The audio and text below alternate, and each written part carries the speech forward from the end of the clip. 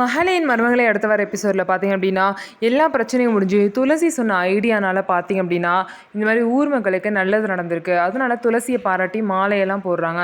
So இதுக்கப்புறம் பார்த்திங்க அப்படின்னா இந்த மாதிரி வந்து அபிராமி நாச்சியார் மேலே பிராந்து கொடுத்துருக்காங்க அப்படின்னு சொல்கிறாங்க. யார் கொடுத்துருக்கா அப்படின்னு கேள்விப்படும்போது துளசியோட அம்மா அப்பா தான் கொடுத்துருக்காங்கன்னு சொல்லவும் பார்த்திங்க அப்படின்னா அந்த பஞ்சாயத்துக்கு எல்லாமே வராங்க.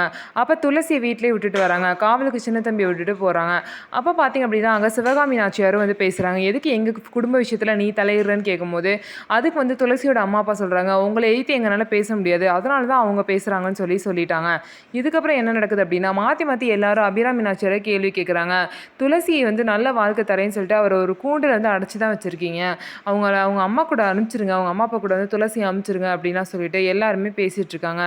இதுக்கு இடையில பார்த்திங்க அப்படின்னா அபிராமி நாச்சியார் என்ன பதில் சொல்கிறதுனே தெரியாமல் முழிச்சிட்டு இருக்காங்க.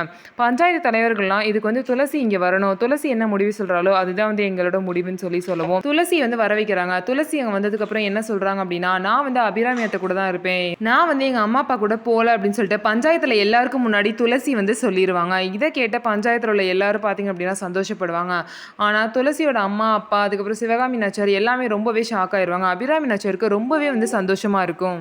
இதுக்கப்புறம் பஞ்சாயத்துலேயே கண்டிப்பாக வந்து என்ன முடிவாக இருக்கும் அப்படின்னா அபிராமி நாச்சியார் கூட தான் துளசி இருக்கணும் அப்படிங்கிறதான் முடிவாக இருக்கும். ஸோ இதனால் எல்லாருமே ரொம்ப சந்தோஷமாக இருக்காங்க. நம்ம வீடியோ உங்களுக்கு பிடிச்சிருந்தா நம்ம வீடியோவை லைக் பண்ணிக்கோங்க. மறக்காமல் நம்மளோட சேனலை சப்ஸ்கிரைப் பண்ணிவிட்டு பாருங்கள்.